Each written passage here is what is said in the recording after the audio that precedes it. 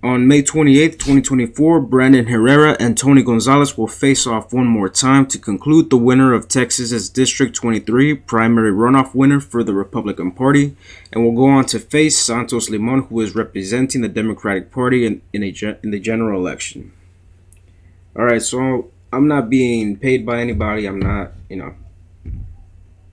I just want what's best for the country and what's best for the populist candidate.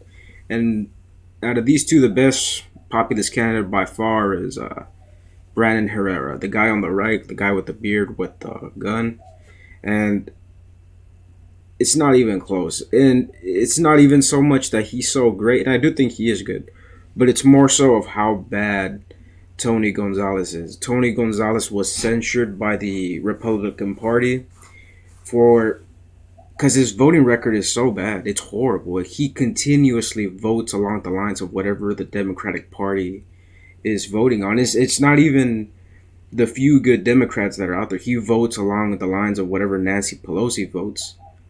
He votes along basically whatever Nancy Pelosi wants, she gets from Tony Gonzales. This dude's in favor of funding Ukraine and the Ukraine-Russia conflict. He's in favor of funding Israel in the Israel-Gaza conflict.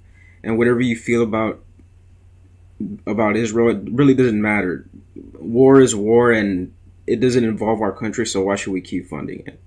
And so I'm here to tell you, you should vote for Brandon Herrera. And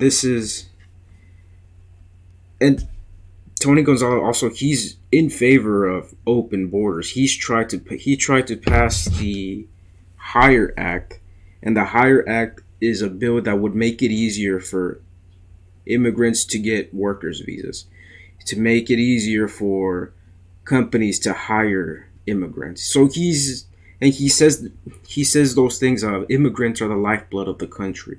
That's the type of shit that AOC says. That's the type of shit that the most radical leftists say.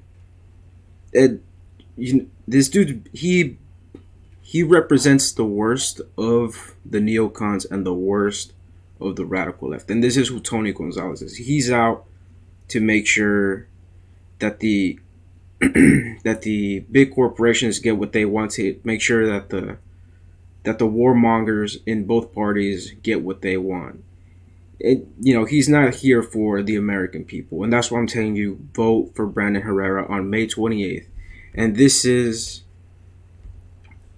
Texas's District 23. It's a huge chunk of land. It goes from San Antonio to El Paso, and in this territory is Eagle Pass. Where that big trucker convoy protest happened.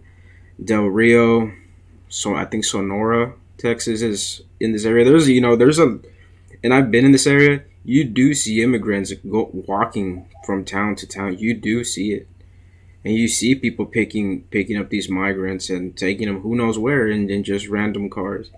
And Tony Gonzales, he's not gonna vote to stop this. And I think Brandon Herrera, because he is a content creator, he's a big YouTuber. I think he has over 1 million followers.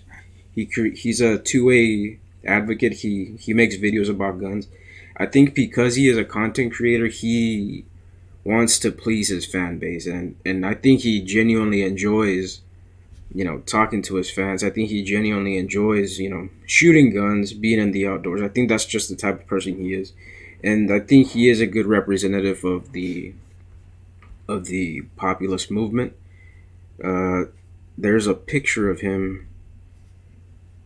Where is he? Right here. He's with Matt Gaetz. I think he's a populist. A lot of good candidates like Matt Gaetz are pushing for this guy. So he's a good candidate in my book, and I would highly recommend for you all to vote for him. All right. Anybody would probably be better than Tony Gonzales, but I think we just got very lucky that the guy to represent us, one of those guys to hopefully represent us, is Brandon Herrera. All right. So vote for Brandon Herrera, May 28th, 2024. Make sure you vote. Try to help the Republicans keep the House. And more importantly, try to help populists be in control of their House. All right? Thanks for watching the video. Like, share, subscribe, and I'll see you later.